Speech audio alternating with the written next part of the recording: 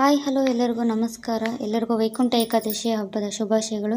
ಇವತ್ತು ವೈಕುಂಠ ಏಕಾದಶಿ ಪ್ರಯುಕ್ತ ಹೆನ್ನಾಗರ ಗೇಟಲ್ಲಿರೋ ವೆಂಕಟರಮಣ ಸ್ವಾಮಿ ದೇವಸ್ಥಾನಕ್ಕೆ ಹೋಗಿದ್ವಿ. ಮೊದಲಿಗೆ ಗಣೇಶ, ನಂತರ ವೆಂಕಟರಮಣ ಸ್ವಾಮಿಯ ದರ್ಶನವನ್ನು ಮಾಡಿಕೊಂಡು ಕೊನೆಯಲ್ಲಿ ಅಮ್ಮನವರ ದರ್ಶನ ಮಾಡಿ ಮತ್ತು ಈ ಕಡೆ ನೋಡಿದಾಗ ಹೂಗಳೆಲ್ಲ ಹಾಗೆ ಇಟ್ಟಿದ್ರು. ಇನ್ನೂ ಅಲಂಕಾರ ಏನೂ ಮಾಡಿರಲಿಲ್ಲ, ಯಾಕಂದರೆ ಭಕ್ತರು ಜಾಸ್ತಿ ಇರೋದ್ರಿಂದ ಅಲಂಕಾರ ಮಾಡೋಕ್ಕೆ ಟೈಮ್ ಇರಲಿಲ್ಲ ಅನಿಸುತ್ತೆ.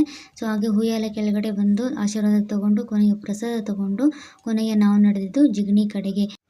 ಹಾಗೆ ಹೋಗ್ತಾ ದಾರಿಯಲ್ಲಿ ತೋಟ ಮತ್ತು ಹಾಗೆ ದೊಡ್ಡ ವಿಶಾಲವಾದಂತಹ ಒಂದು ಕೆರೆ ಕಾಣಿಸ್ತು. ಯಾವುದಪ್ಪ ಅಂತ ಕೇಳಿದರೆ ಆಗ ಅದು ಜಿಗಣಿ ಕೆರೆ ಅಂತ ಗೊತ್ತಾಯಿತು. ತುಂಬ ವಿಶಾಲವಾಗಿತ್ತು. ಅದರ ಪಕ್ಕದಲ್ಲಿ ಕಸನೂ ಸಹ ಅಷ್ಟೇ ವಿಶಾಲವಾಗಿ ಹಾಕಿ ತುಂಬಿಸಿ ಇಟ್ಟಿದ್ರು.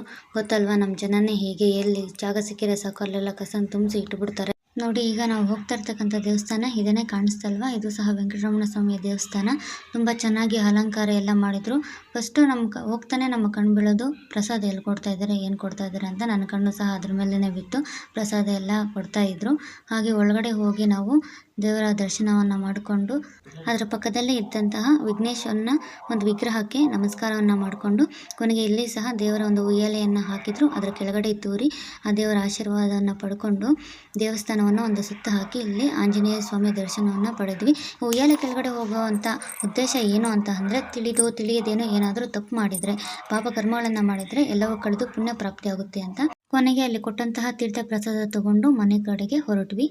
ಇದಿಷ್ಟು ಇವತ್ತಿನ ಸುದ್ದಿ. ವಿಡಿಯೋ ಇಷ್ಟ ಆಗಿದ್ರೆ ಲೈಕ್ ಮಾಡಿ, ಶೇರ್ ಮಾಡಿ ಹಾಗೂ ಸಬ್ಸ್ಕ್ರೈಬ್ ಮಾಡ್ಕೊಳ್ಳಿ.